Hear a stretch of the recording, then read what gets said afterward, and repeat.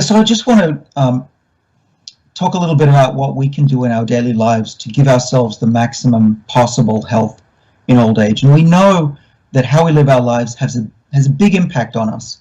In fact, most of our longevity and health, 80% in fact, is determined by our epigenome, not by our DNA. And we can change our epigenome by how we live. So what can you do now?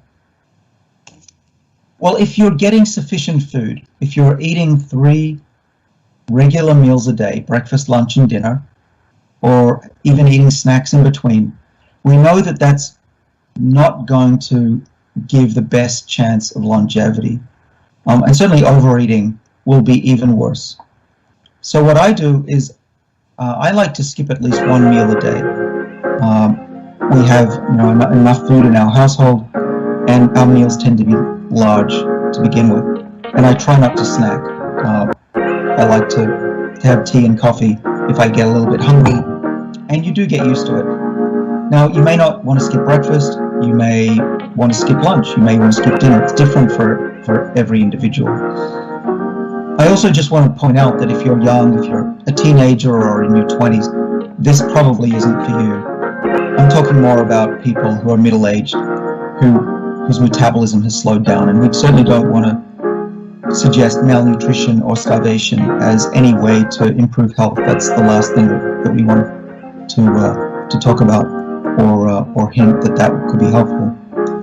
This is more about being at least some part of the day a little bit hungry. And we've known this for thousands of years, that this actually is helpful.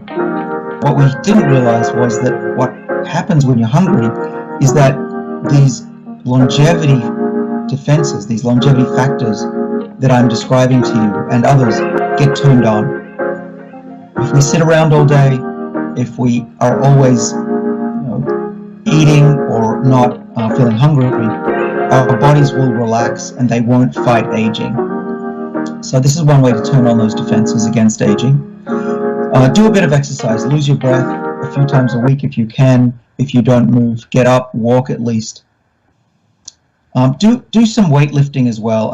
Once a week at least I try to lift something. I do some wrestling with our son as well. That helps. I talk about hip hinge exercise. This is bending your hips and lifting weights. It's very important to particularly keep your hips strong from walking and bending, because just in the US, every 19 seconds somebody falls over and breaks a bone. And this is just as bad as getting cancer in terms of survival. You might want to talk to your doctor and get tested to see what's working in your body and try to counteract that. You can also have devices on your wrist that can tell you how you're doing. And I do that because, I don't take blood tests a lot, but I do try to monitor to see how I'm doing, to see if things are working. Sleep well, reduce stress. This is all important stuff. Sleep is actually intimately tied to these longevity genes that control the pace of aging. And here's one you may not have heard. You want to eat plants that have been stressed. What do I mean by that? Well, red wine is an example of a foodstuff that's made from grapes that have been stressed. You probably want to eat plants that have been grown outdoors or dehydrated. And farmers actually know that if you stress plants before picking, such as orange trees, you can put a nail into the stem and it will produce better fruit. The reason is that plants produce their own molecules to improve survival and longevity. And we believe, and we've got a lot of evidence, that when you eat those molecules from the food, you mimic exercise and you mimic fasting and hunger. We call this xenohormesis. So I've given you a lot to think about today.